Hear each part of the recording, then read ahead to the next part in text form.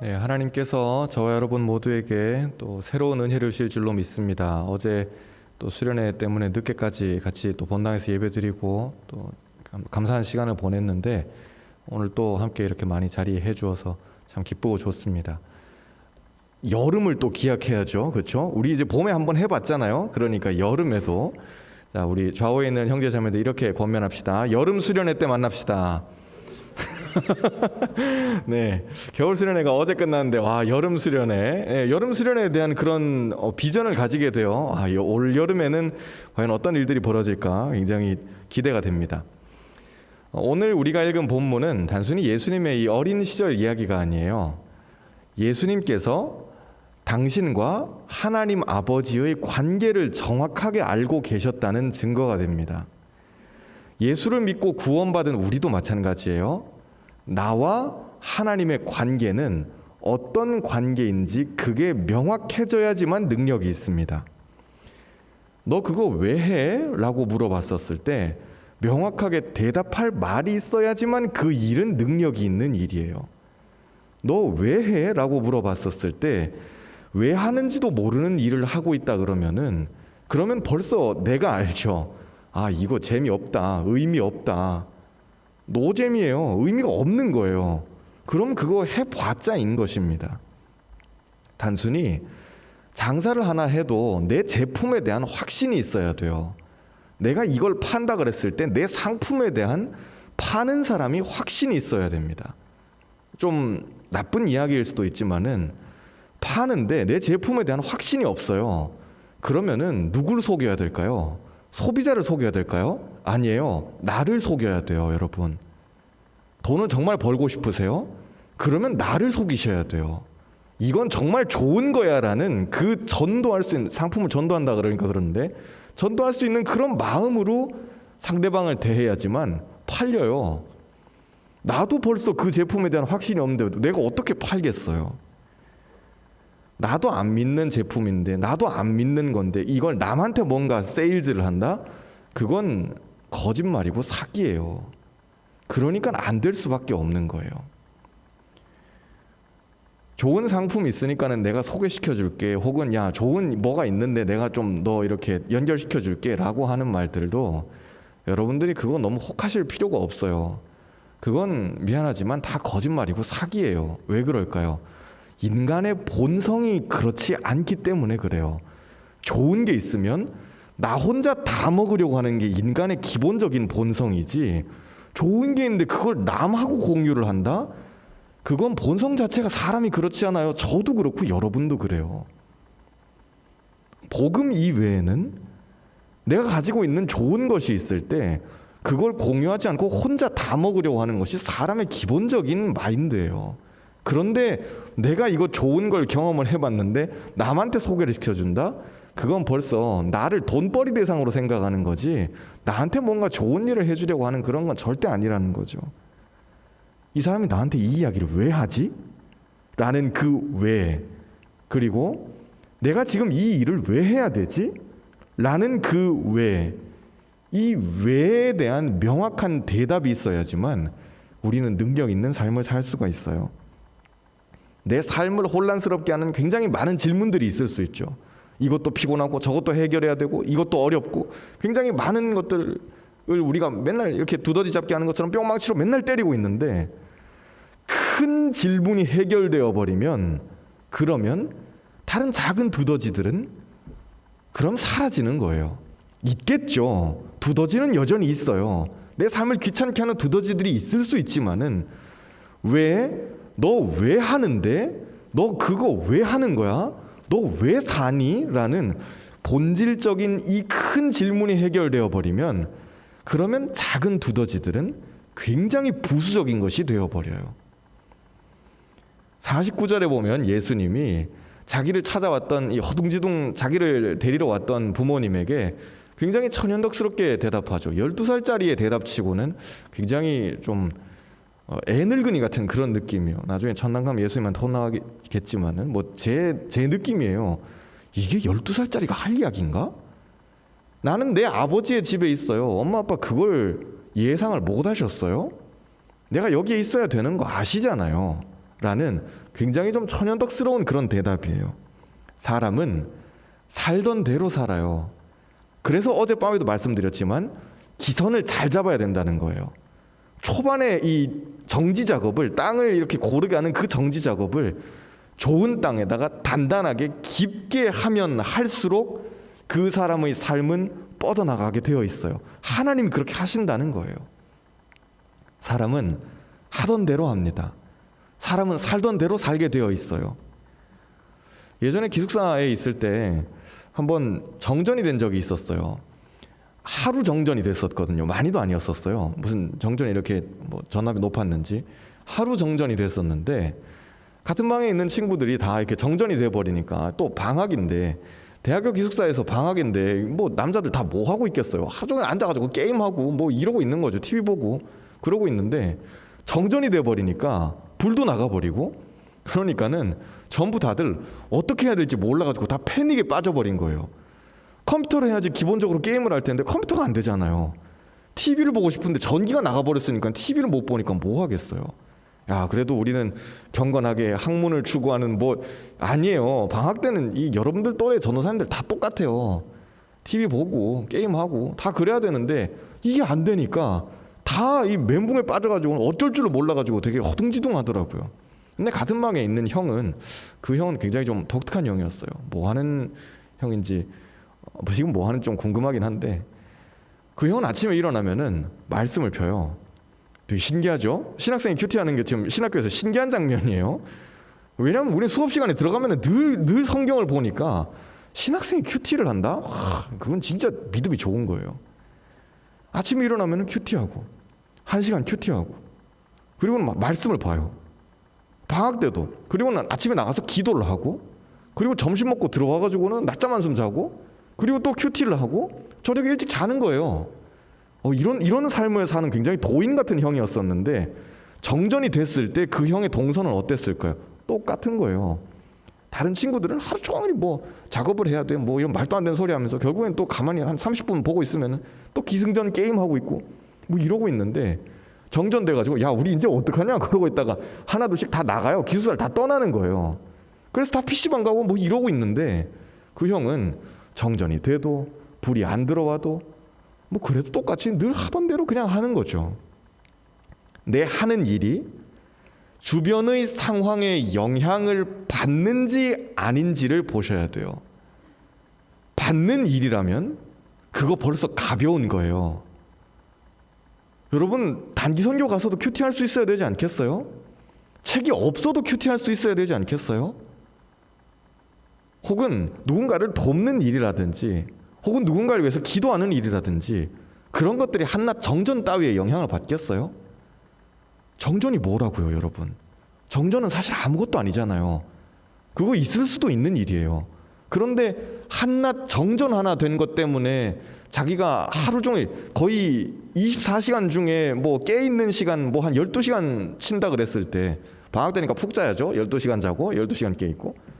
근데 12시간의 이 계획표가 정전 하나 된 것 때문에 대부분이 다 바뀌어 버린다면은, 그러면 그 생활 패턴은 문제가 있는 거예요.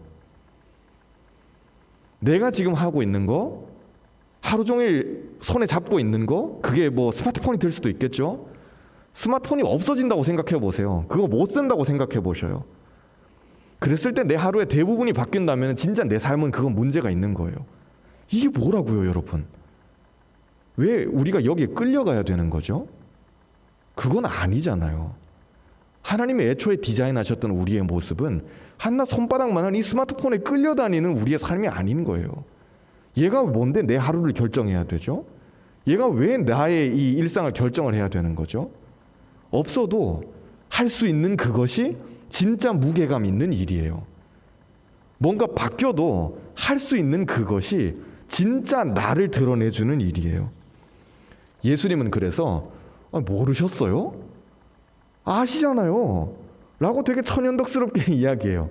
고향에서도 아마 퍽하면 야 예수는 어디 갔냐? 자기 동네에 꼬마들 이렇게 있으면 회당에 있는데요? 랍비님이랑 같이 있어요. 맨날 그러고 있었던 거예요. 그러니까 성전에 가서도 예수는 어디 갔을까? 당연한 거예요. 성전에 가서 랍비들이랑 같이 있는 거예요. 그분은 살던 대로 사시는 거예요. 그러니까는 성전에 가신 거죠. 아, 예루살렘에 왔으니까는 성전에 가야지 이런 게 아니에요.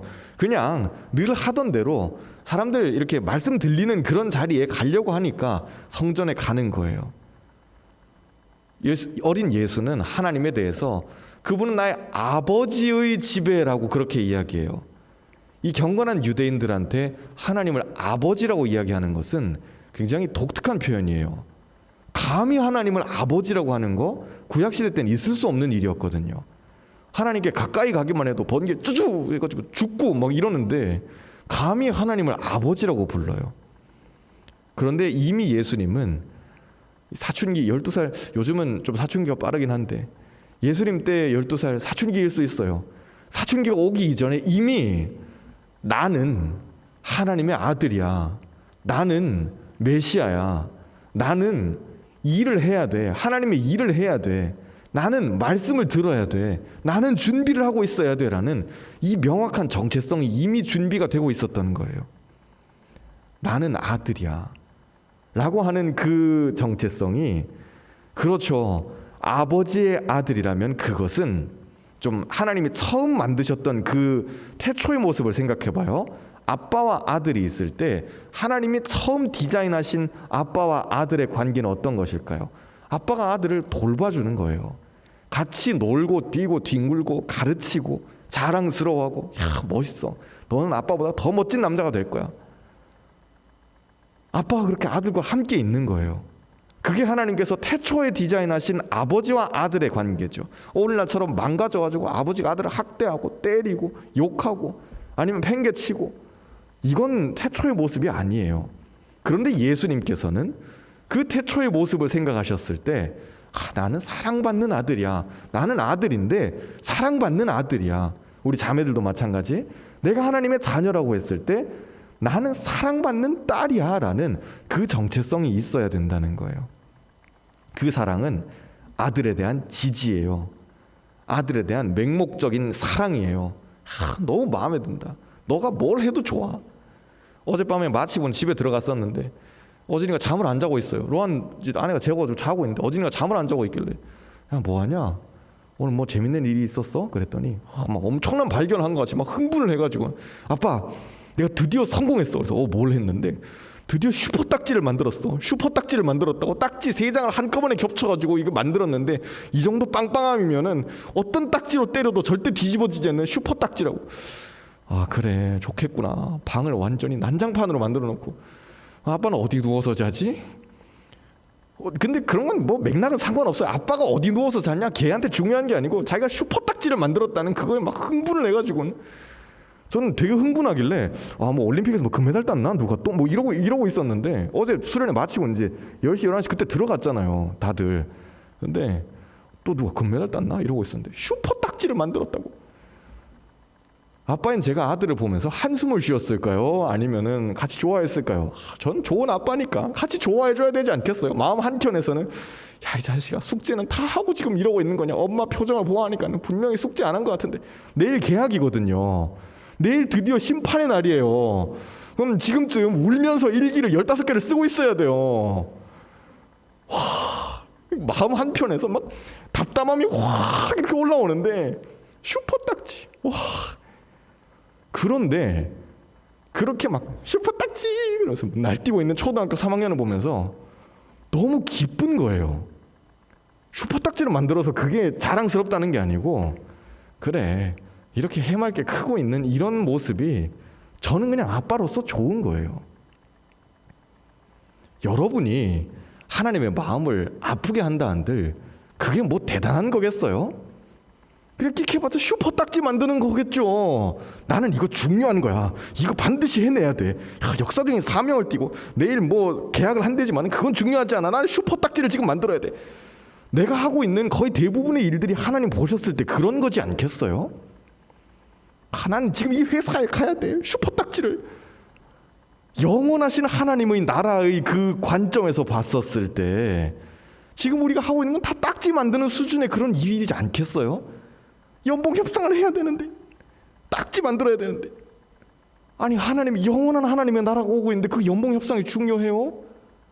몇십만 원 더 올라가는 그게 여러분을 하나님께서 자랑스럽게 생각하실 거예요.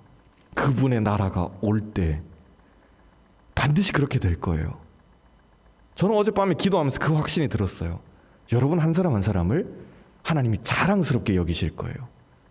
지금 이미 그렇게 하시고 있고 앞으로 더 그렇게 하실 거예요. 우리 좌우에 있는 형제 자매들 이렇게 축복합시다. 하나님이 자랑스럽게 하실 것입니다. 하나님 여러분을 자랑스럽게 생각하셔요. 난 널 생각하니까 너무 좋아. 너무 행복해. 너무 자랑스러워. 내 아들, 내 딸 너무 좋다. 기대가 돼. 난 정말 좋아. 너만 생각하면 좋아. 라고 하는 그런 거예요. 너가 뭘 하든 너는 어쨌든 아빠의 아들이잖아. 너는 어쨌든 아빠의 딸이잖아. 난 널 생각하면 너무 행복해. 하나님께서 아들 예수님에게 보여주시는 사랑은 그런 거예요. 예수님이 세례받고 이제 데뷔를 하시죠. 공생의 데뷔를 하실 때 하늘에서 들려왔던 소리가 있었어요. 기억나셔요?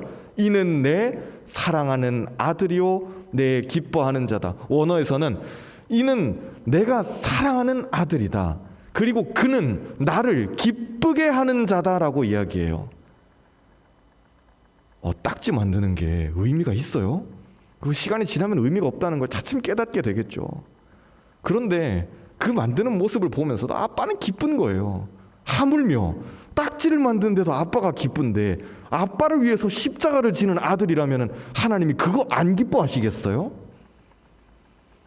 여러분 생각해 보세요. 여러분 지금 부지런히 열심히 다 살아가시는 거 좋아요. 그런 여러분들의 모습을, 건강하게 살아가시는 여러분들의 모습을 하나님 분명히 기뻐하셔요.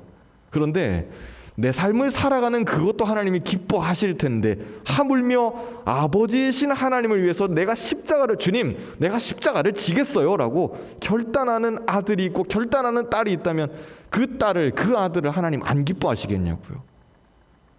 하물며 이런 거 해도 기뻐하시는데 예수님은 그걸 명확하게 알고 계셨거든요.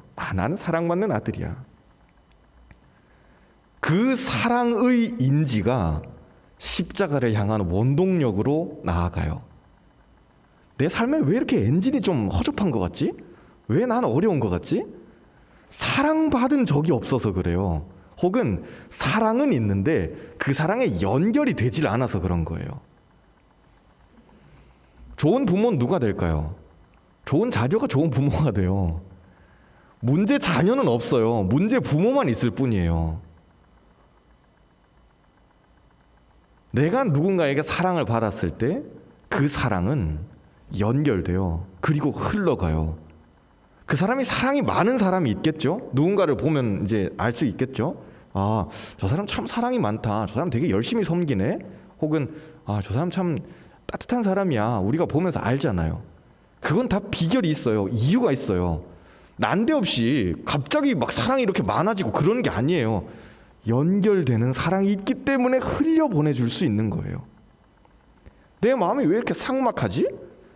연결받은 사랑이 없어서 그래요. 나를 위해서 준비되어 있는 종합 선물 세트가 있다는 걸 아직 체험을 못했으니까 흘려보낼 게 없는 거예요. 우리는 어떻게 보면 다 수도관 같은 존재들이거든요.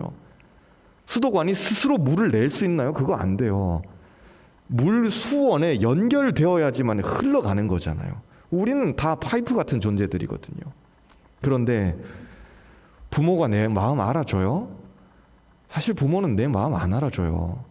알아주시는 부모가 있다면 다행이겠지만은 부모도 내 마음을 결국에는 몰라줘요. 형제 자매들은 어떨까요? 형제 자매 생각하니까 갑자기 막 뒷꼬리 당기는 분들이 있죠.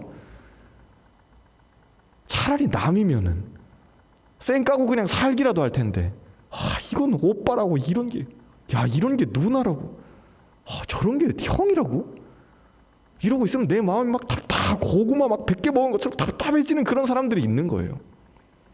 형제 자매들도 내 마음 몰라줘요. 내 친구들 똑같아요. 결국엔 다 지나가는 사람들이에요. 어쩌다가 참 하나님이 은혜를 주셔서 나는 좋은 부모를 만났어요. 그러면 그 사랑을 하나님께서는 부모를 통해서 나에게 흘려보내셔요.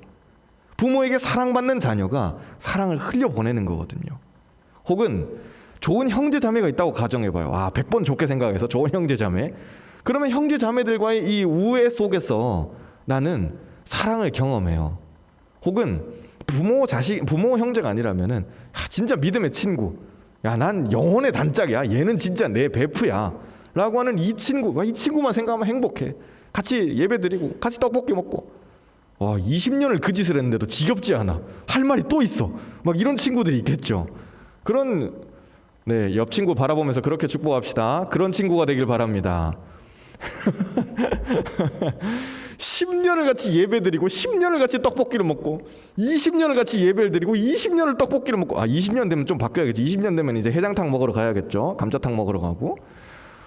그랬는데도 할 말이 여전히 있는 거예요. 얼마나 행복해요. 저는 우리 아연이나 지원이나 지민이나 이런 친구들이, 그런 친구들이 좀 됐으면 좋겠어요. 우리 은서나 지희나 이런 자매들이 그런 친구들이 좀 됐으면 좋겠어요. 형제들은 더 말할 것도 없어요. 우리 형제들 같이, 우리 할아버지들이 탁골공원에서 지금 장기 뜨시는 것처럼 나가서 김영감 한판 하세요. 우리 때는 어떻게 되겠어요? 우리 때는 탁골공원 가지고 다 스타크래프트 하는 거예요. 다 그러고 있지 않겠어요? 김영감 7시야, 빨리 들어와. 그러지 않겠어요? 저는 여러분들 중에 그런 친구들이 생겼으면 좋겠어요. 같이 일상을 나누고 서로를 위해서 기도하고 같이 예배드리고 또 때가 되면 섬기고, 얼마나 행복하겠어요. 그 사랑을 하나님께서는 사람을 통해서 흘려보내세요. 그런데 안 좋은 예는 뭐냐면, 안 좋은 예라고 하니까 좀 그런데 좀 별도의 예는 무엇이냐면은, 부모도 내 마음 몰라주고 형제자매는 원수 같고 나는 친구도 없어요. 이런 사람들은 정말 하나님을 그냥 만나야 돼요. 저 사람은 부모도 시원찮은 것 같고, 혹은 부모가 없어요. 혹은 저 사람은 형제 자매도 별론 것 같던데, 지 형 욕하던데, 이러고 있어요. 친구도 딱히 없는 것 같은데 그 사람 사랑이 넘쳐요. 왜일까요? 하나님을 만난 사람이기 때문에 그래요. 예수님에게는 부모가 있었죠. 그런데 이 이야기들을 가만히 보면은, 누가복음 이야기도 그렇고 복음서들을 가만히 보면은 아버지 요셉은 단명했을 게 분명해요. 오래 못 살았다는 이야기예요. 예수님이 30살에 데뷔하시잖아요. 요셉이 20살일 때 예수님이 태어났다고 한번 생각해 봐봐요. 그때 예수님이 태어났다면은, 그러면 예수님이 30살에 데뷔할 때, 자, 간단한 산수예요. 예수님이 데뷔할 때 그럼 요셉은 몇 살 정도로 추정해 볼 수 있어요? 50이에요. 많아봤자 50이에요. 우리 지금 나이에서 50을 생각했었을 때 내일 모레 곧 가시겠네, 이런 생각을 하는 사람은 아무도 없어요. 50이 됐으니까 가셔야지. 아니에요. 근데 예수님에 대해서, 예수님의 가족들에 대해서 이야기를 할 때 사람들이 칭찬을 하든 비난을 하든 찾아와서 청탁을 하든 많은 기사들이 있는데, 아버지 요셉에 대한 언급은 한마디도 없어요. 그의 어머니 마리아, 그의 형제 유다, 그의 형제 야고보. 아니, 집안에 가장이 버젓이 있는데 왜 언급을 안 하지? 죽으셨다는 소리, 이미 가셨다는 소리예요.